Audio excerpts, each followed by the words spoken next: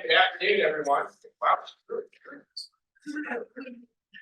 So welcome, friends at SCR. Thank you for finding us over here in the Berry Center today. Our classroom in the Energy Innovation Center is under construction. So this is our first distinguished speaker series of the semester because of that reason. And we're in an exotic location here. Our spirit animals on the wall. So it's a pleasure to introduce Ashley Harpstreith today, who comes from the Wyoming Taxpayers Association. So I'm getting old, so I can see you if I have my glasses on, but I have to take your glasses off. Ashley is the executive director for the Wyoming Taxpayers Association, which provides the essential connection and information between the state's taxpayers and the legislature. Since 1937, WTA's unique mission is to advocate for sound tax policy for a healthy Wyoming economy.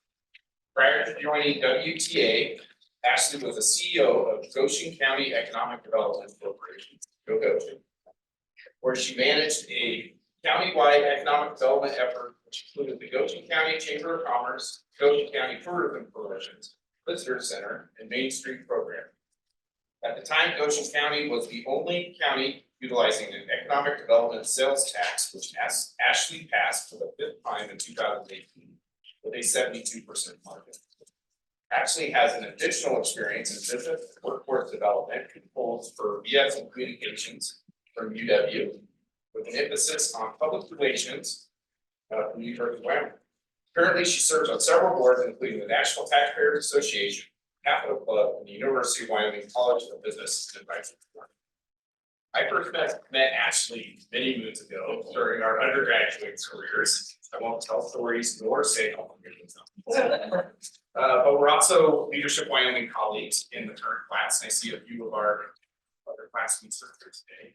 So please join me in welcoming Ashley for her time.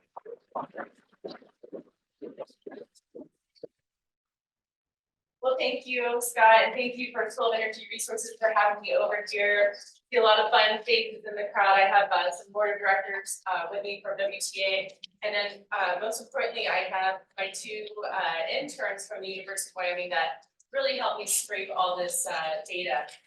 But I'm really excited you guys are here to talk about taxes. That's, there's 2 things certain in life: you die and you pay taxes, and a lot of people don't want to talk about either of those 2 things. So it's encouraging to me to see that you guys want to talk about revenues in the state and how we use them. But first off, it's really important to understand, let's get the audio settings. You can see this real quick, but what's the purpose of taxes for real? It's the structure by which we as citizens pull our resources to pay for infrastructure and services not afford on our own. The goal for those responsible for administering those taxes is to ensure that taxpayers are paying their fair share of the tax burden, no more no less. And it is the responsibility of the legislature to determine what that amount is. And that is a quote from our Director of Department of Revenue, Brendan Hinsman, and I think she just really put the bow on why we have to levy taxes. So what is the WTA? Scott gave a great introduction, and so since the 1937, we have advocated for sound tax policy for a healthy Wyoming economy. We are not anti-tax, we are not pro-tax, we are a nonprofit 501c4 think tank corporation that has a 501c3 foundation research arm. Our membership is diverse from large companies to family businesses to mineral producers to ranchers, corporations, cooperatives, elected officials, private citizens. So a little bit more background of what we are centered on is cornerstones of taxation when we're looking at policy. I'm fresh off the legislative session. So when we were analyzing positions, these are cornerstones. Is it justified? Is it equitable? Is it stable? Is it transparent? You'll see a lot of economic wording in here. Is it going to modify behavior or influence policy? Is the tax they're considering constitutional? Does it disadvantage one taxpayer over another? Does this tax result in diversification of taxation? And those are mainly the conversations that the legislature is having. So we pride ourselves in this providing a litmus test for all the tax policies that they look and help promoting good tax policy. So, getting to the meat of what we came here today to listen to talk about is how do minerals impact the revenues for the individual citizen. So since the inception of the severance tax in the 1970s, Wyoming's tax structure has been beholden to the boom and bust nature of our legacy industries. By the late 1990s, the writing was on the wall as there were major deficits and rising costs in education. In 1997, our former executive director, Michael Walden-Newman, he was collaborating with Governor Jim Geringer's office to create a discussion on Wyoming's tax structure for our annual meeting. The debate was, if we started from scratch, what would it look like? If we implemented these changes now, how different would the finances of the state look? Post-meeting, this discussion moved forward, and WTA wrote a draft bill to create a tax committee appropriately named Tax Reform 2000. This special legislative tax committee created bipartisan recommendations. All those recommendations stated truth for today, that our tax structure is inequitable and stable, lacks balance, and at the time, almost 75% of the state's tax revenue was generated by property taxes, severance taxes, and sales and use taxes from the mineral industry. So you can see a lot of those words are what we formed our cornerstones on after this study. So if we fast forward to today, it is sad to say much remains the same, not much has changed. However, we have slightly moved the needle. 32 actions have been taken by the legislature with about 50 to 60 additional bills that have been introduced and defeated. You can find this all online thanks to the magic of YouTube. There's the link down here, and we'll provide this after this meeting. But in 2020, we took the time to do a 20-year look back with leaders from then and now and discuss the differences that they wrote Tax Reform 2000 and studied the tax structure. And we have that all on a Cliff Notes version of a 5-page report instead of the 500-page report that the legislation produced. So if you are looking at today how we depend on minerals and what our tax structure looks like, you can see property tax is the biggest thing we lean on. 47% of our tax structure is dependent on that. Of that 47%, we'll dive down here in a second, 52% of that 47% is from the mineral production. Our effective tax rate on owner-occupied housing values, this has been a hot debate lately with the rise in assessments. We still rank 47th, and that is the people behind us or the states behind us is Colorado, Alabama, and Hawaii for one of the lowest residential property tax systems. Our general sales tax, that is something we rely heavily on. Last year was about 26% of our revenues.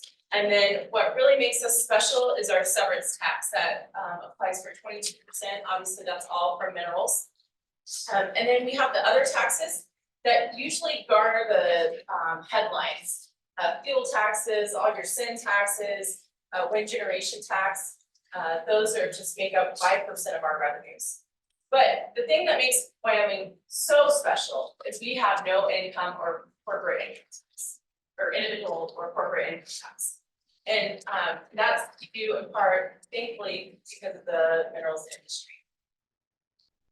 If you're looking at a comparison of our tax structure and what our rates and are in a comparison in the Rocky Mountain region, you can see we're one of the few states that only pulls 2 of the 3 levers. The main taxation rates are sales, income, and property tax. So you can see we're great in the region. And then if you drill down into property tax, we talked about this being 47% of the big pie. Mineral production accounts for 52%, but that does not include the taxes they pay in industrial and commercial property. And so they are way over, they're probably closer to 60% of all of the property tax that's put in there. And then you can see where residential property tax is. And usually by UW interns, the thing that is most surprising to them is ag land only make up 2% of that pie.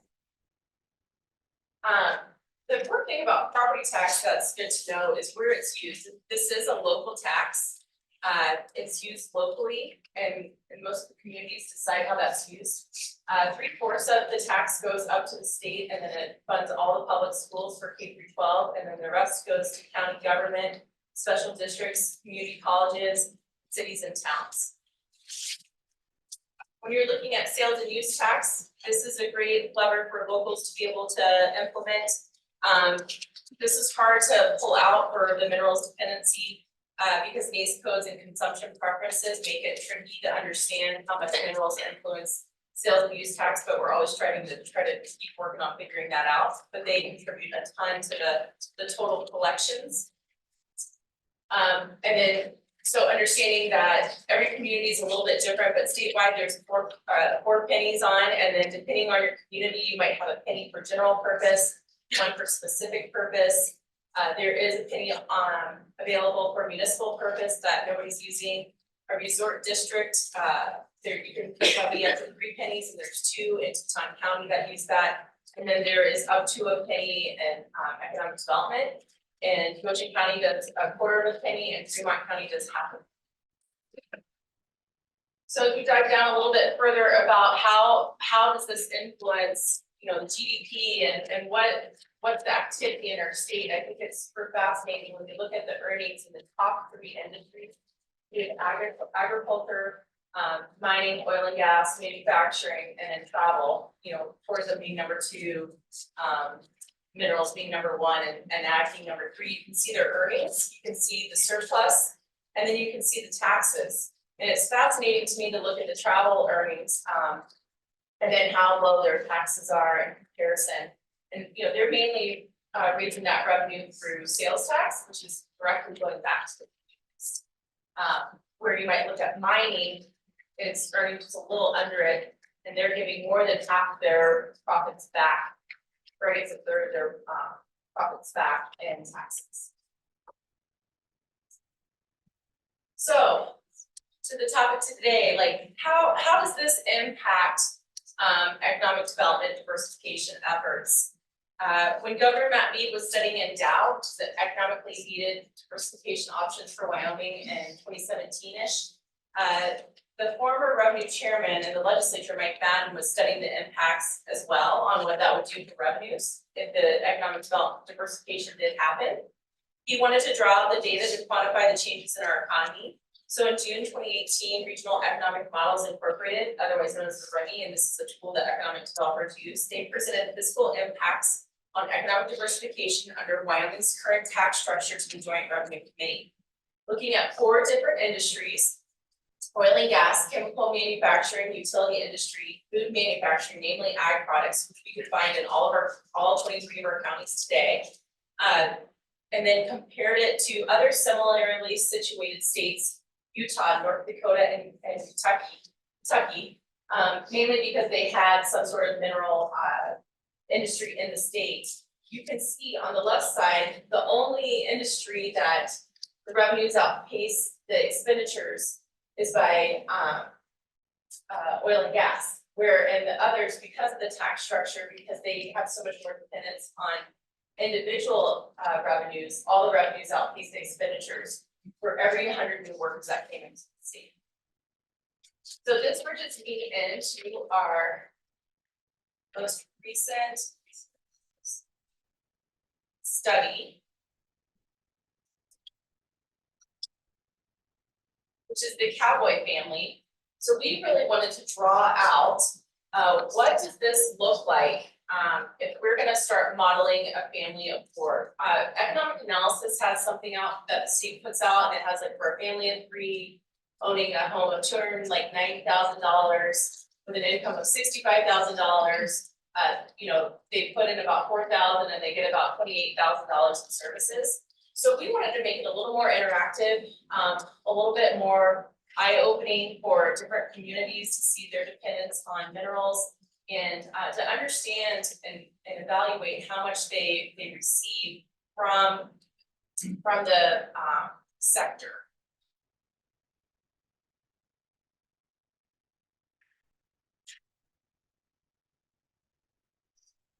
So you can see here.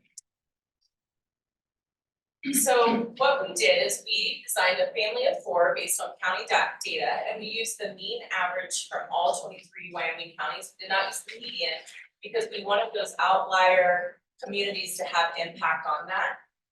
We also used information from US Census Bureau, US Bureau of Land Statistics, Tax Foundation, and numerous Wyoming state entities.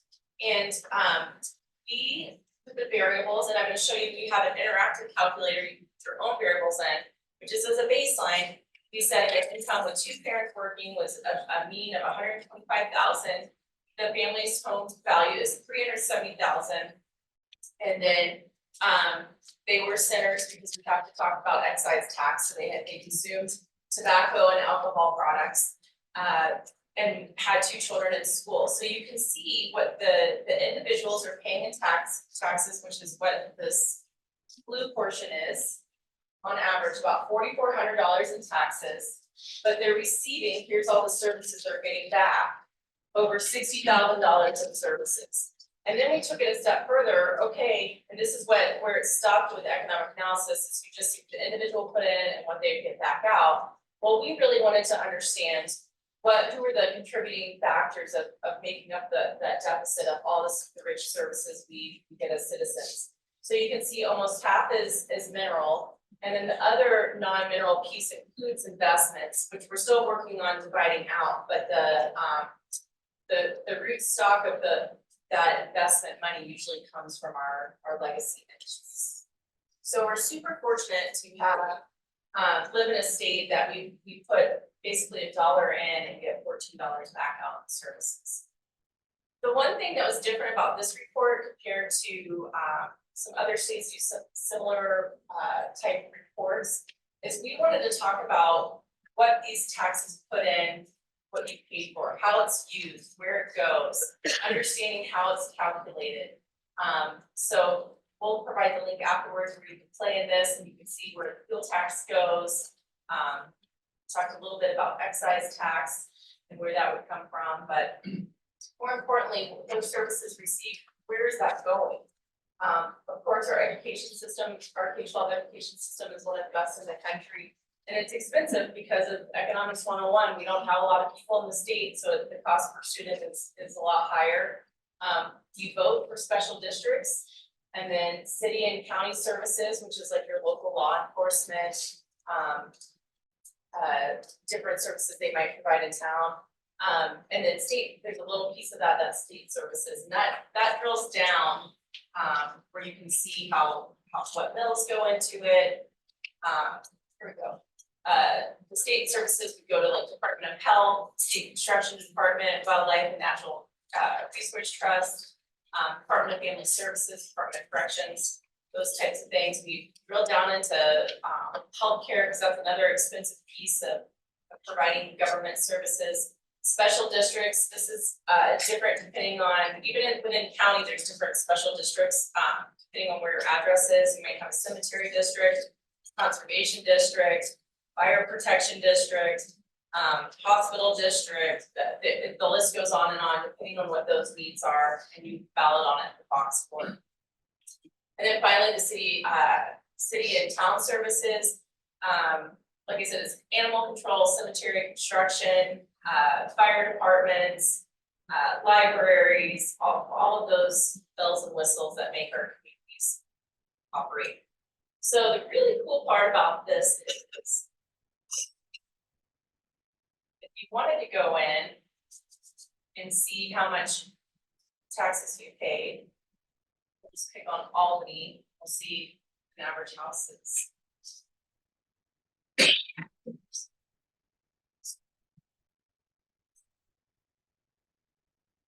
It's gonna take me a long time to inch up to that.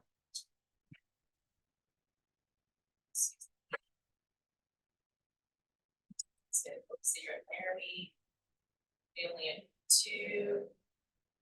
See 2 kids in there. Only up to 1, 2 vehicles. Average mileage is about 20,000, but you can customize this to hit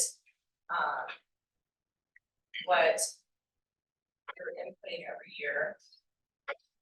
And if you submit it, it spits out a tool that shows the average of what your taxes are in that community. roughly on a baseline of consumption. And then what those services received look like. You can reset this and say, I don't have kids.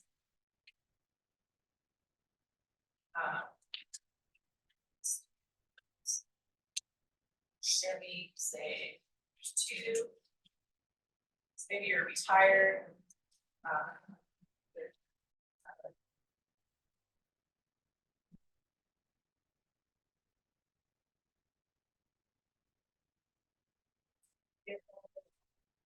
So maybe they drive a little bit less if they're retired.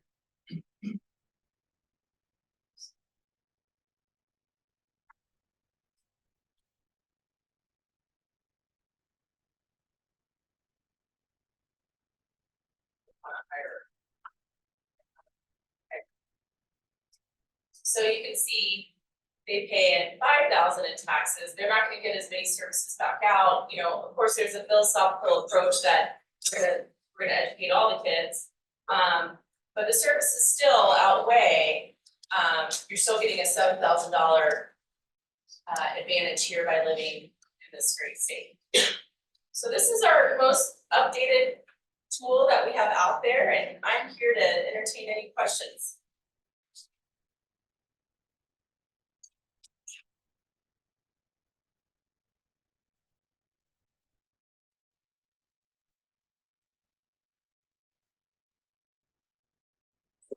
Yeah. Any questions for Ashley? So, I realize that there's a need to emphasize the importance of education, and that point is very easy to make when you have a family of 4 which benefits from the education system. Why did you choose to couch this as a family rather than an average individual who goes to, say, 25% of K-12 education? Why didn't you average out the benefits by individual? Why did you select an average individual rather than an average family? Because the economic analysis that they've always played off of has had like 1.5 kids when you're in that world of economic analysis. And so we wanted to just go to 2 kids. That was a little bit more palatable for the public. But that's why we made it interactive in the dashboard. You don't want to talk about the kid, but and I have an economist in here, maybe he can explain further. Like 1.5 number, but that's why we made the calculator. So if you are retired or you're single, so you can understand the benefits, and basically you can't break the calculator. We are extremely dependent on the minerals industry and our investment revenues. And I didn't highlight that our investment revenues make up about 30% of our overall revenues and pay a big portion of all of our services. And so we really enjoy a nice low tax burden. No, it doesn't discriminate. That makes sense. How will the tax structure change if there's more mineral extraction in the state? We get richer. We save it for a rainy day.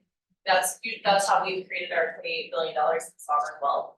And the past legislatures have really worked on, because it's boom and bust and it's cyclical, commodity market. They created that rainy day account and then worked on investing the fund when times were good. And then like during the Colby's bonuses, that's when we really did a ton of school construction. But now we don't really get any of that money because that's declined. So we've had to shift revenues from different areas to pay for schools. yes, Thanks, Ashley. From the Wyoming Taxpayers Association standpoint, how do we make the landscape of Wyoming taxes more equitable? Because as I understand your presentation, if we were magically successful, let's say, and imported 50 or 100,000 people to work into the state, we're actually worse off from a tax perspective. So the more people that come in and enjoy the services, the worse off we are because of our tax structure. So how would we fix that or make that more equitable if we had, as people come in and move to the state? Right, so the question was, So I'm not advocating for any of these taxes, because again, nobody likes talking taxes, it's depending on the need, is it justified? And if we, it was justified because our minerals revenues go down and we were trying to fix the roof while the sun is shining and make it a little bit more equitable, lower severance taxes, lower our dependence on that, and then lift the base. You're looking at things like expanding of the sales tax base. We have over 50 exemptions on the books right now. So when we consume products, we're not taxed on that. Not on all of them at least. You're taxed on buying a picture, but if you have the photographer take your picture, there's no taxes on the service of that. So that's one way to tax the consumption a little bit more broadly, and more, more individuals contributing lifts the base. Another is an income tax, which nobody wants to talk about, but it is very tricky in our constitution because you have to offset with taxes you already pay. So if you own a home, your property tax is going to offset that, and you're going to have to make over 6 figures to have a little bit of a income come to the state. The different proposals they've looked at this far. There's also been corporate income tax. They've looked at electric generation tax. They're looking at tax other entities that produce energy. Property tax, it's hard with residential that we're lowering right now, because that's one of the main places that individuals can be taxed more. I'm not advocating for it, but that is a place that's a stable tax revenue source that you're taxing the individuals. It doesn't matter what industry is coming in, tax the individual more. That makes sense. Those are all in tax reform 2000. Go back and get it. Charles? Sorry to bother again, but could you tell us a little bit about how responsive you think these different taxes will be, I mean, in the industry? If the oil and gas and fossil energy industry is currently able to operate with this burden, and that burden comes down, is there going to be a response to that in what they do, or will that turn over to profits? Economics is about finding weird responses, weird bits that don't quite work out mathematically. Do you think certain taxes here are going to have a response and others will not? Well, I mean, it's business 101, right? If they're looking for a lower tax we'll just pick on oil and gas, especially since they've done fracking, they have the ability to go to lots of different places. We are not the end all be all. And so if we make it more appealing for them to be here, they're gonna put more rigs up. So right now, I think we're at correct me if I'm wrong, we're at 18 rigs. And New Mexico has 60. And some of it is because of their policy. And for individuals, if we tax individuals, is there reason to believe that they will respond to the taxation as a professional and not come here or something like that?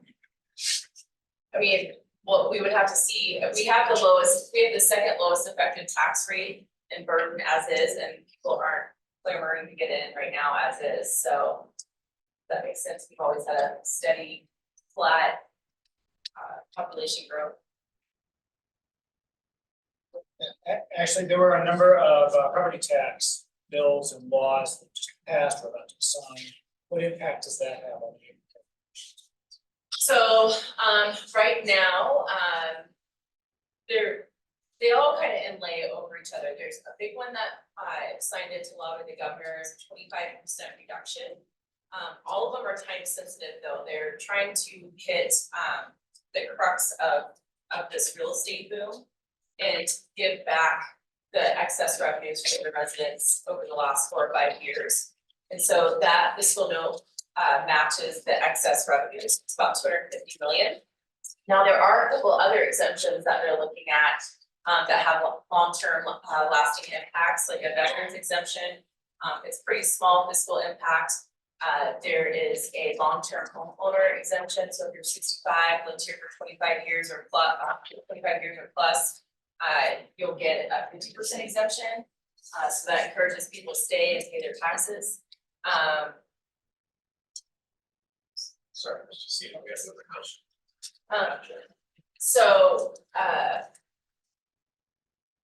Sorry, what was I? And then the other taxes, and I'm trying to remember the other ones, there's four main ones, but they're all very time sensitive. They're gonna reevaluate them. But it does erode the base further, they stay on permanently. Hi. Thank you so much, Ashley. That was really helpful, and it's helpful to see like just the importance of the minerals and energy industry in Wyoming. And I will tell you, my family is a total witch. We're like 91% we do not pay our part, 9% we pay. But I'm curious back to Lily's question on other, like, working on other minerals and resources that haven't been mined in Wyoming. Is there like a flat rate? Is it 2% severance tax? Whereas like coal, I think it's like 6. But anyway, is that right? It's like, if it's not otherwise designated, I love that you have a notebook. But does that have the potential to be really helpful for the state? They're very high value, but they're smaller. Or do we need to keep focusing on these really high volume, which is cool? Well, yeah, so I'm looking at like it's probably in our severance tax, it's the other miscellaneous minerals, which is probably rare earths, is at 2%. I think anything that has a severance tax is paying our way. Okay. And it gives that extra push to overdo it.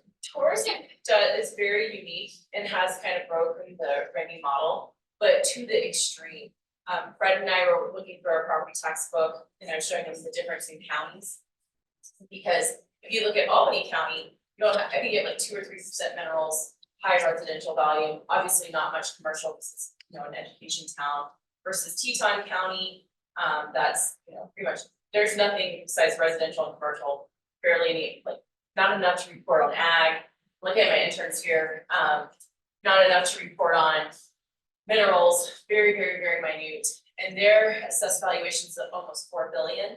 And then you look at Campbell County, all extraction, lots of good healthy mix, but heavy extraction. And their assessed valuations at, what was it, 6 billion? Right, so, Teton County, the tourism is kind of breaking that mold with their high home values. And then if you flip the sales tax, they completely broke the model of consumption with high sales tax and high traffic tourism. Now, with that said, they've created a lot of problems in the community and are trying to catch back up. So, sales tax is a great tool because it's general funds and the community can use it as they need to accommodate all this influx of people coming in, structure for people coming in. So, but generally speaking, unless they have a severance tax or there's another tax in there, or we lift the base on sales, widen the base in sales, lift the base in property tax, or look at the different types of tax on the industry, from like income tax to an electric generation tax on renewables, they won't pay their way. Wind does pay their way through their tax. But they're the only renewable tax right now. What about Trona? Trona has a severance. Yeah, but looking forward, do you have or is it too early to estimate the impact of the expansion, reduction in the road patch? We have not forecasted that. That'd be a great SCR project. Yeah. Probably not. Trona's 4%. Okay, And last year they contributed 21.2 million in taxes. So, and they're, supposed to expand 3 times, so that'd be 60 million. But just to put it in perspective, and I'm a huge Trona fan, I just came out of a mine last week. But oil raised 460 million last year. That shows you kind of the difference. And all of these resources can be found online on biotax.org, your publications and reports, the most updated information in one place. Are you familiar with the EV surcharge, fuel tax here in the state? So there's a registration fee, Yeah, $250. right? And I calculated what I would actually pay if I were driving a internal combustion engine. I'm paying 5 to 6 times what I would. And then take into consideration there are at most 800 EVs registered in the state. Right, The number of EVs that pass through the state right. and never get taxed. It seems as though the state is opposed to EVs, especially when you add to Congresswoman Hageman's comment that EVs will not function in Wyoming because of our winters. I've been here 6.5 years with an EV. I'm about to comment on that, so. Oh. This is where we really, if we're talking about policy and where we would stand on that, is it trying to modify behavior? And when they're trying to put taxes on any type of renewable industry that tries to modify behavior, they say if you want more of something, subsidize it, if you want less of something, tax it. That's from Ronald Reagan. So that is indeed, I think, a ploy of a former legislature that put on that fee, is to try to get the fair share of the tax off the residents that do have EVs. And it doesn't seem to pencil out, like you said, for some people, but they did, I think, when they did put that fee on, they based it off some sort of calculation that was the median miles driven, what the fuel tax was at the time, and that's how they got to that number. With that said, the wave of the future, one of the big conversations that our organization has been in and working on shaping policy around is road user charges. But until the whole national system is using it, there's this thing right now called IFTA, and it's International Fuel something, but basically it allows, if you're driving on I-80 and you start in Nebraska, you fill up, drive through Wyoming, and then you fill up in Idaho or go up into Montana. As if you're driving a commercial vehicle, your logs, they talk to each other and they calibrate the miles driven through fuel tax. And then with us, just a regular individual vehicle, you're gonna stop along the way, don't have to spend money on fuel tax. With EVs, that's hard to track, our visitors and out-of-staters that come through, and so they're looking at this road user charge, but until there's something like it set up, that we're able to communicate across the states, and we want to be reported on where we're going and reporting those miles, like there's a lot of thought into that, how does this effectively work? And so that's been a national program. There's a pilot program going on in Utah. Wyoming talked about a pilot program 2 years ago, but at the time, none of our legislators had any appetite for running that. So that's kind of where it's at. So you see it as a discouragement of having EVs They, based on what you just said. no, because I think that, I think all governing bodies at local to federal level understand that, regardless if it's completely electric, hybrid, fuel efficiency is so much better, they're not getting as much fuel, so it's declining, period, the fuel tax is. And so they've got to figure out a different way of measuring what that damage is to the roads and who's using it. And that's the beauty of a fuel tax, whether you take the politics of why we use fuel tax. Beauty of it is it's consumption based. So we're basically eating what we kill as far as taxation goes, and it goes directly to the roads. So we love that. It's very transparent. Use you're paying for what you used. But as the complexity of fuel efficiency, hybrid, EV, there's just a lot to contemplate that unfortunately involves us interacting with other states, which results in us interacting with the federal government. So we're not quite there yet. Shane, I don't know. I was just curious, so I know nationally coal consumption has gone down by almost half in the last 14 years. So is that reflected in Wyoming? And I was curious if you knew how our balance of minerals has changed between oil, gas, coal. Yep, so in my property tax book online, you can go through and see what who's making up the difference in all of those. And right now it's very oil heavy, less dependence on coal. That's why school energy resources so important to our state. Because they're figuring out different uses for coal because we have such an abundance of this natural resource. And you know, how we can use it, so that consumption has gone down. At the end of the day though, when we flip this slide on, it's still, there's still coal helping turn that energy on. So consumption's still there, like last year, just to put it in perspective. Coal provided 185 million to the state revenues. So we're still very dependent on that as a resource. Yeah, I mean, I guess I was just, like, just on the books, right? Like, over the next 15 years, almost every coal plant in the US is gonna be retired.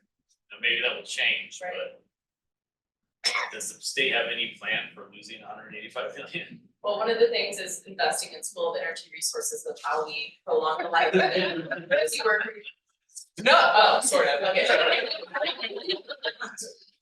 So, you know, prolonging the life of it and looking at different revenue sources, but honestly, until our face is up against the wall and we're in a pinch and, you know, we drain the coffers, that conversation still is a long time out. And how we find other resources. Hi Ashley, how are you? Two questions. So have you tried to model, let's say we got to a more equitable system, property taxes went up a little bit. I stopped leaching so much with my 4-kid family, Yeah. from you all, from the taxpayers. Have you thought about out-migration at all? Because one of the things we sell candidate after candidate on is, yes, you can have better restaurants in Fort Collins, but we've got a great tax system that you're gonna come in, you're gonna barely pay anything. And you get halfway scholarships if you stay long enough and all these other things that actually keep people here. So we thought about the get to greater equity. We should Get talk from about greater equity. our College of Business interns modeling that next. It's always the next requirement. Got it. Second, but did you take stances at all on the spending side? So, I mean, there's a famous quote, to tax is to spend is to tax. You know, that this was my first budget session here, and it's like, there's a world of difference between how much two houses want to spend, and then all of a sudden they reconcile it, and that just creates greater strain and burden on the tax base when you fundamentally come down to it. Other states have spending rules, you can only go up 3 or 4% per session, you know, and you have to stay pegged to that.